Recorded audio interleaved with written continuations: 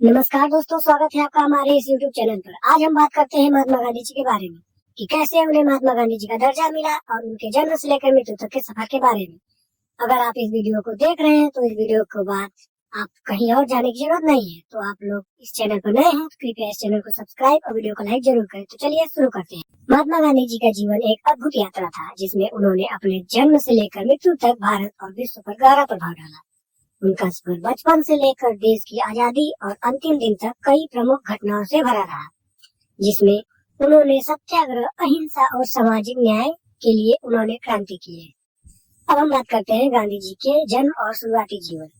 महात्मा गांधी जी का जन्म 2 अक्टूबर 1869 को पोरबंदर, जो कि गुजरात में स्थित है, वहाँ पे हुआ था। उनकी माता का नाम पुतलीबाई और पिता का नाम करमचंद गांधी था। पुतलीबाई करमचंद गांधी की चौथी पत्नी थी। गांधी जी का बचपन एक साधारण परिवार में गुजरा। उनके पिता करमचंद गांधी ब्रिटिश राज के समय कठियावाड़ा की एक छोटी सी रियासत पोरबंदर के दीवान अर्थात प्रधानमंत्री थे और उनकी माता धार्मिक विचारों वाली थी। बचपन से ही गांधी जी अत्यंत सरल, अनुशासित और ईमानदार थे। उनकी प्रारंभिक शिक्षा पोरबंदर में ही आरंभ हुई। बाद में वे राजकोट के एक स्कूल में अपनी उच्च माध्यमिक शिक्षा प्राप्त किए। सन 1876 उनका परिवार कठियावाड़ा से राजकोट आकर बस गए। सन 1876 में ही उनकी सगाई कस्तूरबा मुखर्जी से हो गई थी। तब उस समय उनकी उम्र 7-8 साल ही रही होगी।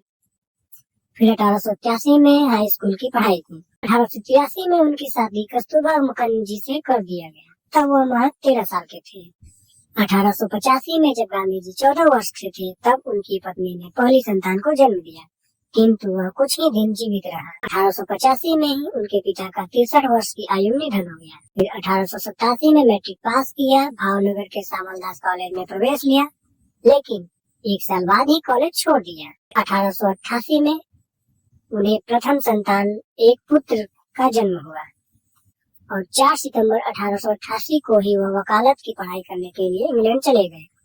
लंदन जाते समय उनकी माता के कहने पर उन्होंने मांस, शराब और न खाने पीने का वचन दिया। लंदन जाते समय उनकी माता के कहने पर उन्होंने मांस, शराब को न खाने पीने का वचन दिया और शाकाहारी जीवन को अपनाया। 1888 में महात्मा गांधी जी ने कानून की पढ़ाई करने के लिए लंदन की यात्रा की और इनर टेम्पल में दाखिला लिया, जो उस वक्त की पढ़ाई के लिए एक प्रतिष्ठित संस्थान था। 1891 में गांधी जी ने इंग्लैंड से अपने वकालत की डिग्री पूरी की और उन्हें बार में बुलाया गया और वे वकील बन गए। 12 जून 1891 को वे भारत के लिए रवाना हुए। भारत लौटने पर उन्हें अपनी मां पुतलीबाई की मृत्यु के बारे में पता चला। उन्होंने भारत में लगभग 1891 से 1893 तक वकालत का अभ्यास किया।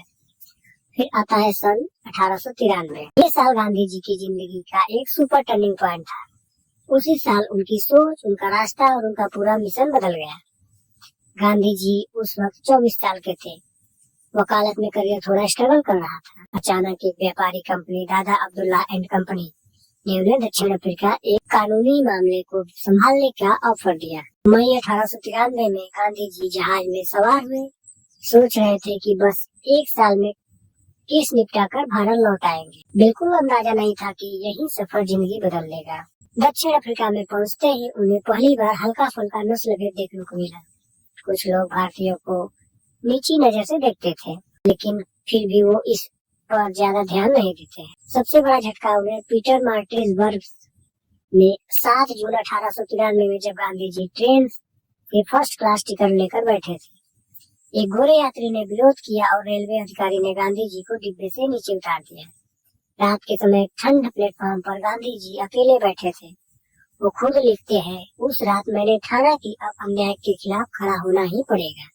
यहीं से उनकी सोच का जन्म हुआ था। रोज रोज के अपमान, जैसे ट्रामा में चढ़ने से रोका गया, होटल में कमरा नहीं दिया, सड़क पर गोरों की धक्का मुक्की, उन्हें हर जगह भेदभाव का सामना करना पड़ा। यहीं से उनके मन में सवाल हुआ, क्यों और कब तक। और फिर गांधी जी दक्षिण अफ्रीका में रह रहे भारतीयों को संगठित करने की शुरुआत की। गांधी जी ने वहाँ के भारतीय मजदूरों, व्यापारियों और वकीलों को एकजुट करना शुरू किया। समस्या सबकी थी, पर आवाज कोई नहीं उठाता था। उन्हें पत्र लिखे, छोटी छोटी सभाएं की और अपने अधिकारों के प्रति जागरूक करने की शुरुआत की। फिर उन्होंने उसी कोशिश में अगले साल 1894 कांग्रेस की स्थापना की। फिर उन्होंने उसी कोशिश में अगले साल 1894 में नेशनल इंडियन कांग्रेस की स्थापना की। तो 1893 वो साल था जब एक युवा वकील को दुनिया के अन्याय ने हिला दिया। उसी ने उन्हें भविष्य का गांधी बना दिया। 1893 में जो चिंगारी जली थी वो धीरे धीरे आंदोलन बन रही थी। जो 1894 में नेशनल इंडियन कांग्रेस की स्थापना की थी, यही संगठन भारतीयों की ढाल बन गया। फिर आता है 1895-96 में। 1895-96 में उन्होंने लोगों को पढ़ने लिखने, कानून समझने और खुद की सुरक्षा के लिए प्रोत्साहित किया। इस दौरान गांधी जी ने कई अखबारों, संपादकों और नेताओं से पत्र लिखकर संपर्क बनाए। काफी स्ट्रगल था, लेकिन गांधी जी का आत्मविश्वास धीरे धीरे मजबूत हो रहा था। फिर 1896 में थोड़े समय के लिए भारत आए और भारतीयों पर हो रहे अत्याचारों पर जनसभाएं की। लेकिन जब 1896 के अंत में दक्षिण अफ्रीका लौटे, गोरों ने उन पर हमला कर दिया। उन्हें भीड़ ने घेर लिया था। 1857 में पहली बार हमले के बावजूद गांधी जी ने कहा, मैं केस नहीं करूंगा। इससे लोग हैरान हुए। यहीं से अहिंसा और क्षमा के जीवन 1898 में उन्होंने वहाँ स्कूल, प्रार्थना स्थल और क्लास चलाए। लोगों के लिए सलाह देते, केस लड़ते, चंदा जुटाते और लगातार लिखते रहे। उनकी पहचान अब एक वकील से बढ़कर नेता जैसी होने लगी थी। फिर 1899 में दक्षिण अफ्रीका में अंग्रेज और डच मूल के वीरों के बीच युद्ध छिड़ गया। गांधी जी ने भारतीयों का चिकित्सा दल बनाया, जिसे कहा जाता है इंडियन एम्बुलेंस कॉर्प। वो खुद भी घायलों को मैदान से उठाकर लाते थे। इससे अंग्रेज सरकार पर भी उनका प्रभाव पड़ा। धीरे धीरे उन्होंने उनका सम्मान करना शुरू किया। अब 1900 गांधी जी सिर्फ वकील ही नहीं रहे। अब गांधी जी वह आदमी बन चुके थे जो लेख लिखता, सभा करता, गोरे अधिकारियों से भिड़ता, भारतीयों को एकजुट करता, बिना हिंसा के पूरी कम्युनिटी को हिम्मत देता। अब उनका व्यक्तित्व बदल चुका था। अब वे वही नहीं थे जो 1893 में सूट बूट पहनकर डरबरन उतरे थे। 1900 तक गांधी जी अपने जीवन का मिशन समझ चुके थे। गांधी जी 1901 में दक्षिण अफ्रीका से भारत लौटे। उन्होंने भारतीय राष्ट्रीय कांग्रेस के अधिवेशन, कलकत्ता अधिवेशन में भाग लिया। उन्होंने तय किया कि वे भारत में लोगों की सेवा करेंगे, लेकिन जल्द ही उन्हें फिर दक्षिण अफ्रीका बुलाया गया। 2 से 1914 के बीच दक्षिण अफ्रीका में संघर्ष। इन अवधि में गांधी जी ने दक्षिण अफ्रीका में भारतीयों के अधिकारों के लिए ऐतिहासिक आंदोलन किए। 1903 में जोहान्सबर्ग में उन्होंने अपना पहला अखबार इंडियन ओपिनियन शुरू किया। यह अखबार भारतीयों की समस्या और अन्याय उजागर करने का माध्यम बना। 1904 उन्होंने फिनिक्स बस्ती की स्थापना की। यह एक छोटा समुदाय था जहां लोग सादगी, श्रम और सत्य के सिद्धांतों पर जीवन जीते थे।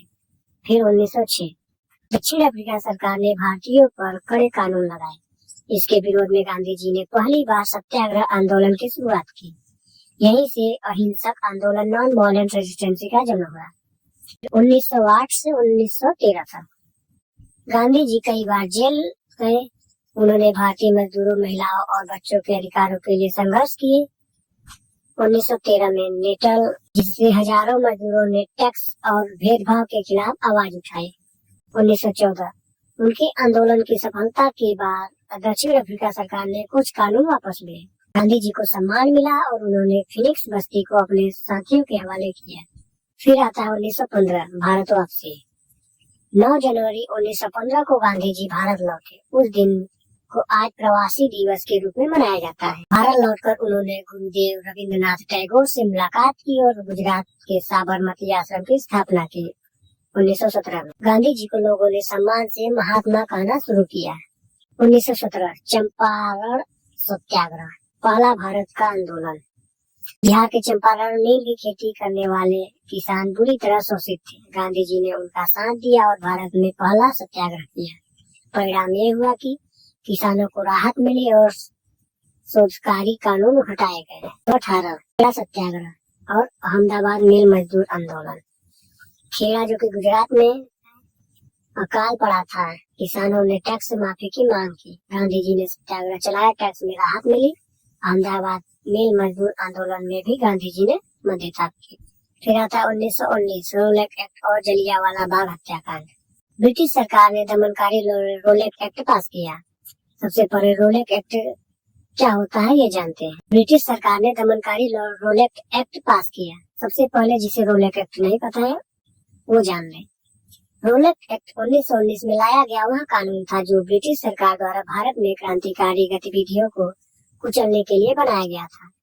एक दमनकारी कानून था जिसने सरकार को बिना किसी मुकदमे या अपील के किसी भी व्यक्ति को गिरफ्तार करने, जेल में डालने और 2 साल तक हिरासत में रखने का अधिकार दिया। इसे महात्मा गांधी ने काला कानून कहा। गांधी जी ने देश वाली हड़ताल की अपील की। उस समय जलियांवाला बाग नरसंहार हुआ जिसने पूरे देश को झकझोर दिया। फिर 1920 से 1922 तक असहयोग आंदोलन। गांधी जी ने ब्रिटिश शासन के खिलाफ असहयोग आंदोलन चलाए। स्कूलों, अदालतों, सरकारी नौकरी, विदेशी कपड़ों का बहिष्कार किया। चोरी चौड़ा हिंसा के कारण 1922 में गांधी जी ने आंदोलन वापस ले। 1924 कांग्रेस अध्यक्ष बने। गांधी जी 1 साल के लिए कांग्रेस पार्टी के अध्यक्ष चुने गए। फिर 1930 दांडी मार्च, नमक सत्याग्रह। ब्रिटिश सरकार के नमक कानून के खिलाफ सबसे प्रसिद्ध आंदोलन। गांधी जी साबरमती आश्रम से 240 मील पैदल चलकर दांडी पहुंचे और नमक बनाया। यह आंदोलन ब्रिटिश सरकार पर भारी दबाव बना गया। 1931 गांधी जी ने इरविन समझौता किया। अंग्रेज सरकार ने गांधी जी के बातचीत की, जिसका परिणाम ये हुआ कि राजनीतिक कैदियों को रिहाई हो गई। फिर आता है 1932 पूना फैक्ट, दलित अधिकारों के लिए। गांधी जी ने अछूतों को सामान्य बराबरी दिलाने के लिए उपवास किए। डॉक्टर भीमराव अंबेडकर और गांधी जी के बीच पूना पैक्ट हुआ। 1934 से 1939 तक गांधी जी ने राजनीतिक से दूर रहकर स्वदेशी, खादी, शिक्षा, छुआछूत, ग्राम विकास पर काम किया। फिर आता है 1942 भारत छोड़ो आंदोलन। गांधी जी ने करो या मरो का नारा दिया। अंग्रेजों को भारत छोड़ने के लिए देशव्यापी आंदोलन शुरू किया। गांधी जी को 1942 से 1944 तक जेल में रखा गया। फिर आता है 1947 15 अगस्त 1947 को भारत आजाद हुआ, लेकिन देश का विभाजन गांधी जी के लिए अत्यंत पीड़ादायक था। फिर आता है 1948 30 जनवरी 1948 को नई दिल्ली में नाथूराम गोडसे ने गांधी जी की हत्या कर दी। उनके अंतिम शब्द हे राम। धन्यवाद।